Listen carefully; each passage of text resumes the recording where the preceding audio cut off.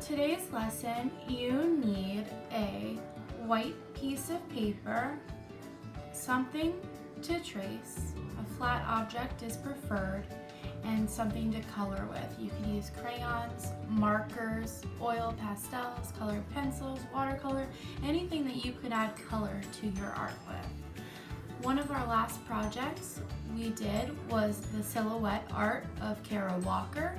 We traced shadows to create our silhouettes. Today what we're going to do is we're going to trace the outside shape of a flat object to create our silhouettes. And instead of just having one silhouette, we're going to repeat the silhouette over the page, and we're going to use our knowledge of color theory to complete our art. So, first step is I'm going to demonstrate how I'm going to pick the best item for our silhouette. So actually, I have white paper here. I actually have some blank white paper, computer paper, but if you don't have blank white paper at home, you might be able to find some leftover paper from the school year, maybe some notes or some assignment your other teachers gave you, or maybe you have junk mail. So I'm going to use my junk mail because that works pretty well too. And what I'm going to do is show you how to trace and create a silhouette. Flat items work best, so what I'm going to do is I'm just going to open the scissors how I would like. If you pick scissors, make sure you're picking blunt scissors so you don't hurt yourself as you're tracing. Some scissors can be very sharp. And I'm just going to trace around the outside edge with my marker. My object's moving. I might want to, if I pick scissors, to tape the scissors so that they do not move as I trace. That might be a good tip. And then, I missed the inside here. So that gives a pretty interesting silhouette. Another item, you might have toys around your house or a character or something that you would like, and you have to be careful because if I trace this car like this, I just get a rectangle. So instead I have to think, okay, if this is an object I really want to do, maybe if I turn it on its side,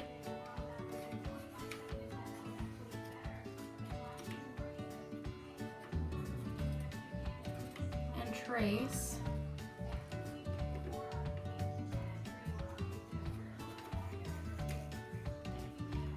It's a little bit more of an interesting shape. Car-like, but I probably wouldn't pick that. And then I thought maybe things like a watch would be interesting. Any shape that you would like. Even if you wanted to take circles or a popsicle stick. If you have a favorite character and you have a printout of the favorite character, you could use that as well. So that's a pretty interesting shape. Maybe a little bit too large for my paper. And then I'm going to try the spoon.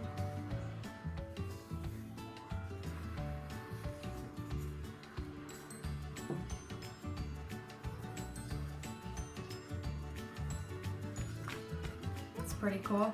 So right now I just have them all spread out because I'm testing to see which shape I like the best. I'm definitely not looking for something like this car because it's just a rectangle, but the other items would be good because you could kind of tell what they are. So I think what I've decided is I'm going to use this spoon.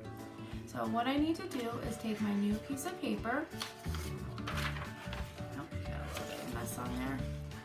And I'm going to start tracing and positioning my spoon around the page. Okay, now that I picked my object, what I want to do is I want to make an interesting composition with what I trace. So I'm not going to start in the middle center and start with an object like that. What I'm going to do is I'm going to take my object and I'm going to do side, side, side, side. And then as I'm doing that, I'm turning my object. So I could even have the object kind of hang off the page to add interest in my composition.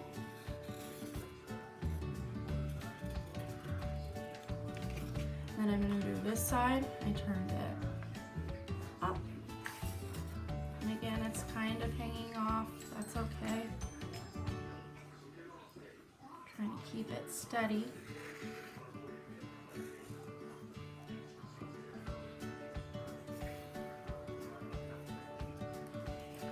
And then I'm going to go to this side. And I can overlap. We're actually looking for overlapping in our art.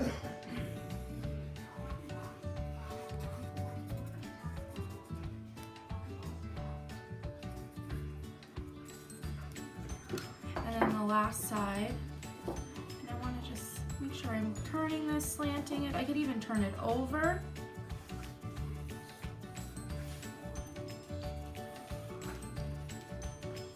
Then after I do side, side, side, I'm going to make sure I go to the corners. Maybe this one goes from the corner straight up and down.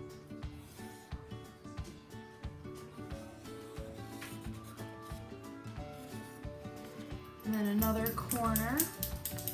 And that's kind of going the same direction. That might be a good thing, or I might want to turn it again.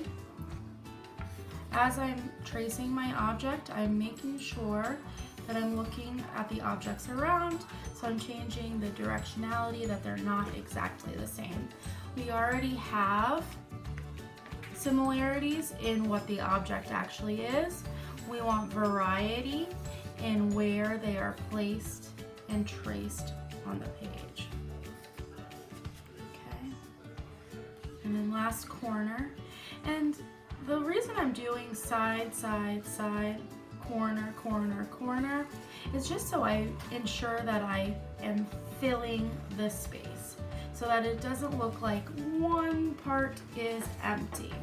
Now I did that, and I thought a good way to introduce variety would to be taking the same object but larger. So I'm going to add the same object but larger. So this would be really easy if you were doing circles. You could pick a small circle and a large circle.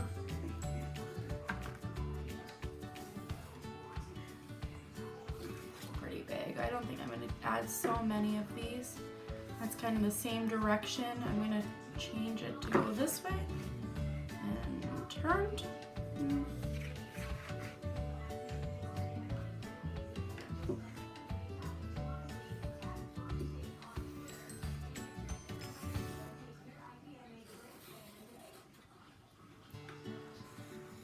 I just want to keep tracing until I fill up my page.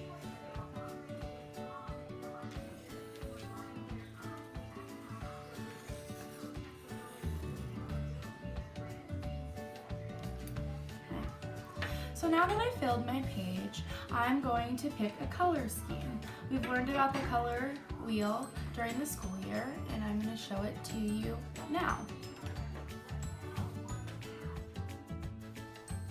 We learned about the color wheel in our classroom. The color wheel is used by artists to find the color families that they pick for their art. Some color families that you can pick are the primary, secondary, warm, or cool colors.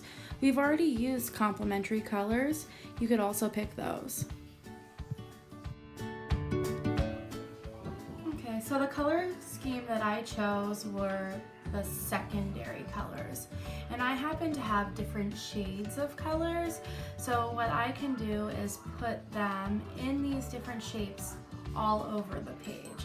But if you are limited to only a few shades, like if you have a red, orange, and yellow crayon, you might want to put red and yellow on your object. For me, it would be the spoons, and orange in the background. So whatever way that you have to color this is great. And when I do this, I'm not going to color this entire spoon green. I'm going to go around the outside. And once I hit an overlap,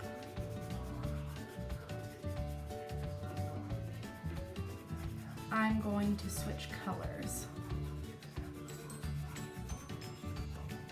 And then I'll switch colors. And that's just a little space. And I'm just going to continue to this until I color the entire paper using my color scheme. Okay, I'm going to speed it up for you.